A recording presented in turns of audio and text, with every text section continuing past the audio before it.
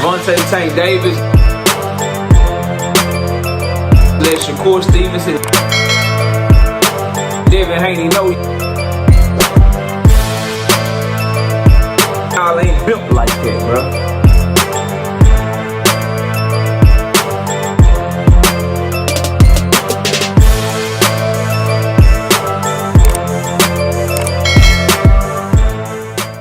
With all these reports of Gervonta Tank Davis versus Jose Rayo Valenzuela, I figured I'd come on here and I'd say something very important. Shakur Stevenson nuthuckers. If you ain't got no problem with Shakur Stevenson fighting Joe Cordina, shut the hell up if Tank Davis fight Jose Rayo Valenzuela. Yeah, if you ain't got no problem, if you are making excuses for it, if you are not completely and unadulteratedly obliterating Shakur Stevenson for fighting Joe Cordina, you should be excited. You should be jubilant. You should be over the moon to watch Tank Davis fight Jose Rayo Valenzuela. Let's talk about why. Smash the like button, subscribe to the channel, share the video. Catch me live Monday, Wednesday, and Thursday night at 7:30. I'm also live every Sunday morning with the Singing OG KQKC Boxing Network, 9 a.m. Central Standard Time. I ask that you join the channel as a member, drop super chats and super thanks when you come by these live streams and these videos that we do. And hit me up if you want to debate. The email address is knockoutboxing86@yahoo.com. Let's get it cracking though. Look, bro, let me start by saying this. If you're somebody such as myself, right, that has been very critical of Shakur Stevenson versus Joe Cordina, then I get to look at Tank Davis and be like, look, bro, we ain't really checking for Rayo. We ain't really checking for Rayo. We'd rather see you fight Loma, obviously. We wanted the Shakur fight. This is a good fight, but it's not the fight that we wanted. I get to be critical of that. I get to say that shit, right? Because I'm consistent. And I keep it real, whether I like the fighter or don't like the fighter. If the fight is great, I say it's a great fight. If the fight is bad, I say it's a bad fight. If it's okay, I say it's an okay fight. But if you're one of these ones that cap for your favorite fighter or cap against the fighter that you don't like, then you don't get to have this conversation. You got to sit this one out, homeboy. You got to sit this one out, homegirl. You just got to. Because you just ain't going to do nothing but contradict yourself and be a hypocrite. And you know somebody like me going to pull that shit right out you. Right? Let me say this. Jose Rayo Valenzuela and Tank Davis is a astronomically better fight than Joe Cordina and Shakur Stevenson. That's one reason not to criticize it, right? It's astronomically better than what Shakur Stevenson is doing. Let's count the ways, right? Jose Rayo Valenzuela is a current world champion. He just beat Pitbull Cruz. Joe Cordina is a former world champion. He just lost to Anthony Fakasha bread. Just lost to him, right? So that's one reason that it's better. Because Tank Davis is fighting the guy coming off of a victory. Shakur Stevenson is fighting the guy coming off of a loss. When you look at the performances, right? Jose Rayo Valenzuela is coming off of thoroughly outboxing and washing Isaac Pitbull Cruz and taking his belt from him. In the case of Joe Cordina, he is coming off of getting washed. His loss wasn't even competitive. It wasn't even a close fight. He got beat up and stopped, bro. He got beat up and stopped. So it's better in that regard that Jose Rayo Valenzuela is coming off of really multiple, really good performances. He got knocked out badly by Edwin De Los Santos, right? Then he loses a controversial decision against Chris Colbert. He follows all of that up. Hold on. He follows all of that up by avenging his loss to Chris Colbert, right? Stopping him, knocking him the hell out. Then thoroughly outclasses and outboxes world champion Isak Pitbull Cruz. He's coming off of great performances, bro. Joe Cordina is coming off of the worst performance in his career. It just is what it is, bro. Jose Rayo Valenzuela.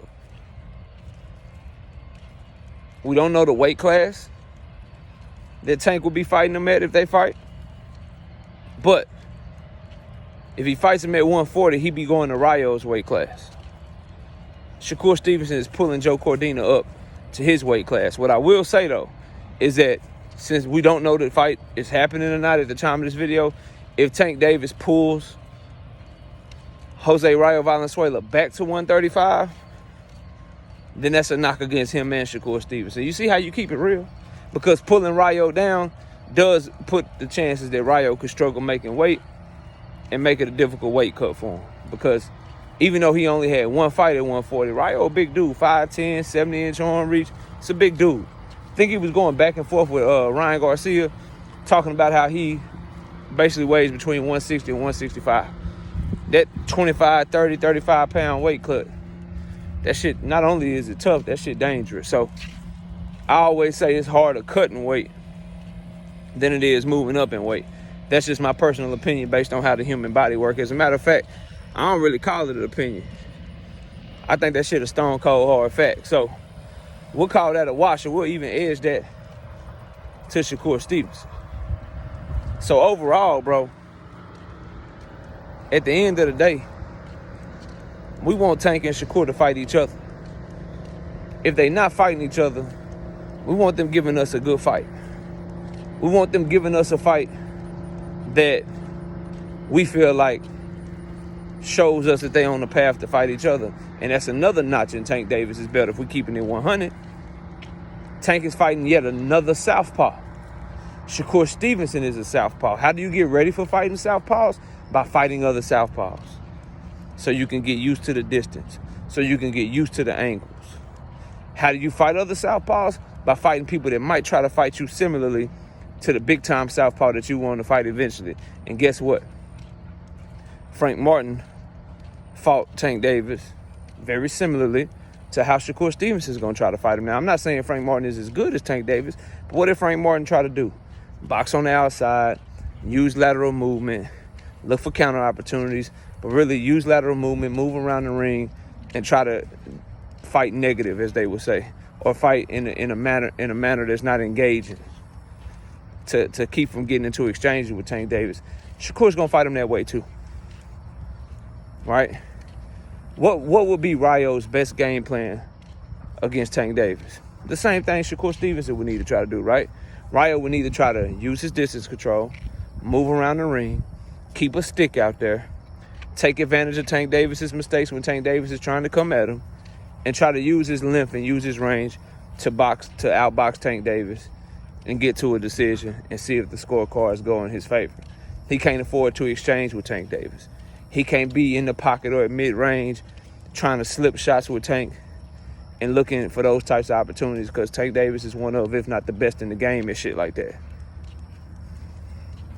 So he would, yet again, give Tank a look of a southpaw, somebody that's going to try to fight at distance, somebody that's going to have some of the same angles, some of the same escape routes that Shakur Stevenson will have.